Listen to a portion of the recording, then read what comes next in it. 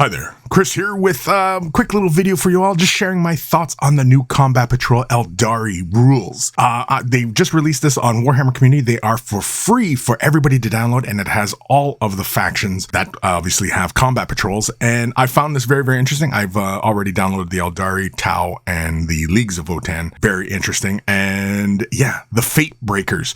So this is for everybody out there who is brand new to the hobby, has picked up the Combat Patrol, or for everybody out there who wants to try a new army and has picked up a box of, a combat patrol of a box and wants to try out a new army. So very, very cool. Ever the Assyriani of the craft world seek to alter the flow of fate, the better to ensure their people's survival. Farseer Ironeth is a veteran of this never-ending campaign.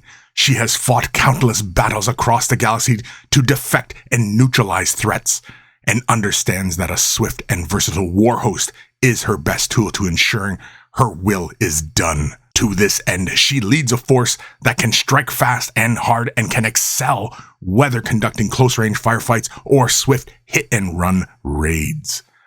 Very, very cool. I like it. A little bit of fluff just to get us into the Combat Patrol and what this little Combat Patrol is all about, because for everybody out there who wants to play Combat Patrol, it's a bit closer to a narrative style of game. This is not really something that I think a lot of people would want to do competitive type of gameplay, but maybe they do. I have no idea. But either way, Farseer Ironeth, one model. The model is equipped with Eldritch Storm, Shuriken Pistol, and a Singing Spear. Guardian Defenders, 11 models, 10 Guardian Defenders equipped with Shuriken Catapult, close combat weapon, 1 heavy weapon platform equipped with Star Cannon, close combat weapon. You have to equip it with the Star Cannon? Really? Interesting. Wind Riders, 6 models, 4 Wind Riders are equipped with Shuriken Catapult, close combat weapon, 2 are equipped with Scatter Laser, close combat weapon, and 1 Wraith Lord. This model is equipped with Bright Lance, 2 Shuriken Catapults, and the Ghost Glaive. Now, one thing I really, really like with this PDF is they clearly explain what all the little details are about. So like on the heavy weapon platform, that's the heavy weapon platform, that's a Star Cannon. Ghost Glaive, Shuriken Catapult on the other side, Bright Lance, and that is a Wraith Lord. Farseer Ironeth, Singing Spear, and, waving their hand around. What do you, some kind of Jedi? Anyway, Wind Riders, Scatter Laser, they show you what the Scatter Laser is. Twin Shuriken Catapult, they show you that, and Shuriken Catapult on a Guardian Defender. I like it. I like that it clearly lays it out for everybody out there who, who might not be familiar with the details of Aeldari and are looking to get into them, or somebody who's brand new and doesn't know what these details are all about, didn't even know that that was a gun. They might have thought that was part of the air conditioning. Who knows, right? Yeah, I think that's really, really cool. I think that's super handy and allows for ease of entry for a lot of new people. And of course, we also get the full picture of the box art so that it's very, very clear what everybody's looking at, right? So the Combat Patrol, the Fate Breakers, abilities, the datasheet required to use Fate Breakers can be found on the following pages and are designed exclusively for Combat Patrol games. The unit's datasheet will list all the abilities it has. This will include a faction ability, Strands of Fate, that is referenced on many units' datasheets and is described below. Strands of Fate, I don't know if it's any different. 12d6, you can reroll, but if you roll one less when you're satisfied result, before making thing, and it's for advanced roll, battle shock, chest, charge roll, damage roll, hit roll, saving throw, and wound roll. Now, honestly, in a Combat Patrol, I feel like Strands of Fate, I kind of would have thought they would have dumbed it down. Now, I've just kind of glazed over the actual description of the rule. I'm going to assume it's the same. It sounds like the same after quickly reading through it. But yeah, I think Strands of Fate might be a little bit OP as far as, the Combat Patrol is concerned, as just getting access to that many, choosing your own dice kind of thing, right? I think that, not that it's a bad thing, it's just, I feel like maybe, it might feel a little bit OP. I don't know. I guess maybe with the composition, I don't know. I guess we'll figure it out when we get there, I guess. Enhancements. Your Farseer model is your Warlord and has Foresight enhancement. You can replace this with Eldritch Might. So you get a little bit of choice here. You can get some special rules. And Foresight Psychic. Once per turn, you can target the bearer's unit with the Fire Overwatch stratagem for 0 CP. If the bearer's unit is within range of the objective marker you control, hits are scored on unmodified 4 or better while resolving that stratagem. Otherwise, hits are scored on unmodified rolls of 5+ while resolving that stratagem. So it's kind of like a Sewerman's ability, but you can just get it for this Combat Patrol. Now, mind you, of course, this is only for Combat Patrol games, so Eldar players, relax, Farseers don't get that ability. Or the optional enhancement, Eldritch Might. It's a psychic ability.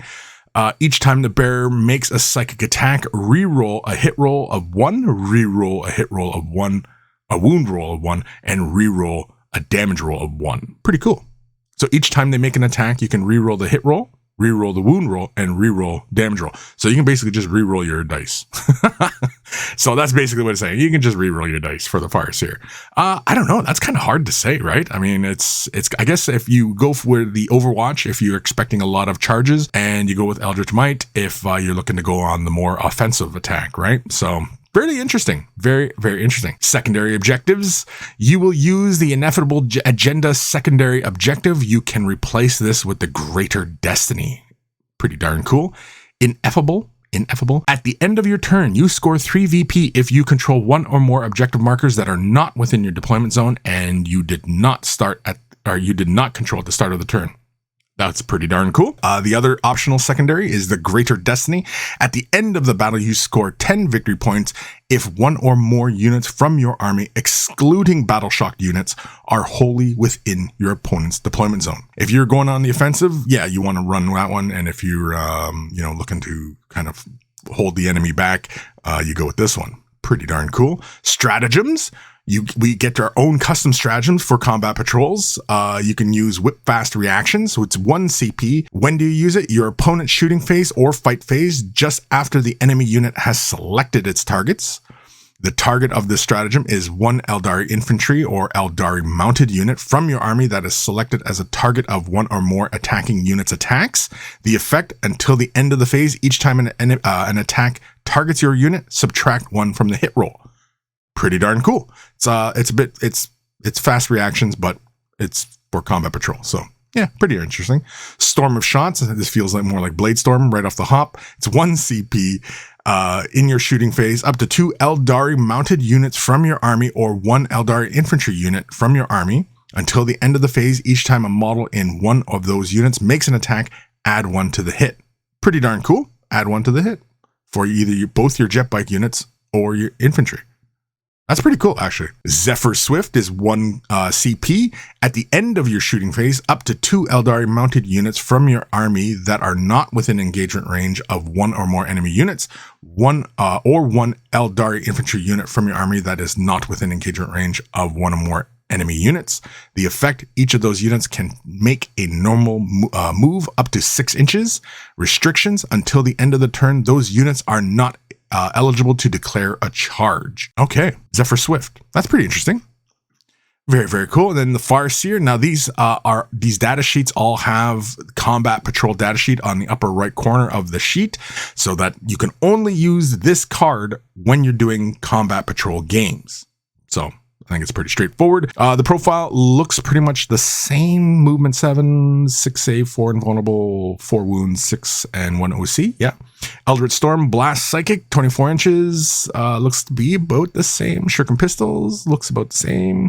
I'd imagine the rules are going to be fairly much the same, right? I mean, I don't think they'd want to confuse people with, differing rules, but I imagine there might be some slight tweaking just to keep kind of a balance issue there. The Singing Spear, obviously we don't have an option for Witchblades, so, there's that. Leader, this model can be attached to Guardian Defenders. He's a leader, Strands of Fate, and he's got Fortune. In your command phase, you can roll a d6 on a 2+, select 1 friendly Aeldari unit within 12 inches of the psyker until the start of your next command phase. Each time an attack targets that unit, subtract 1 from the wound roll. Pretty handy. So you can do that for anything. Wraith Lord, jet bikes, defenders, whatever, right? It's character, infantry, psyker, Farseer, Ironeth for the Aeldari. Pretty cool. Guardian Defenders. The rules look pretty much the same.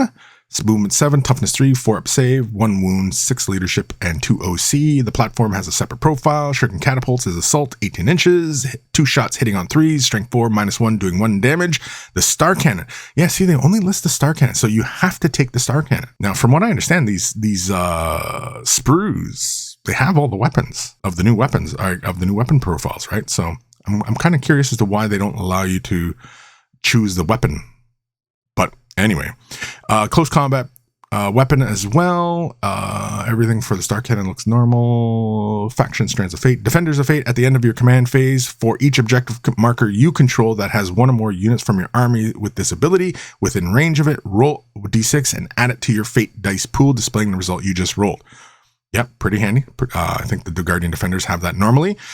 Crude platform. While the last Guardian model in this unit is destroyed, or when I should say, any remaining heavy weapon platform models in this unit are also destroyed. Yeah. Infantry, battle line, Guardians, Guardian Defenders, Aeldari. Yeah. Pretty much straightforward. Only thing is there's no weapon options. I find that kind of strange that we don't get the options, considering that I'm pretty sure the kit only comes with all the weapons that can go on that platform. So I don't know why it's only the star cannon. I don't know. It's interesting. It's interesting. I'm kind of curious as to why they made that choice. Wind Riders for Combat Patrol datasheet, 14-inch move, toughness 4, 3 up save, 2 wounds. 2 wounds? Yeah, I think 2 wounds. 6 leadership and 2 OC. They have scatter lasers and shuriken catapults, which have assault and twin linked. 36-inch, 18-inch, 6 shots, 2 shots, hitting on 3, strength 5, 4s, -1. Yeah, doing one. Okay, yeah. Close combat weapon, yeah.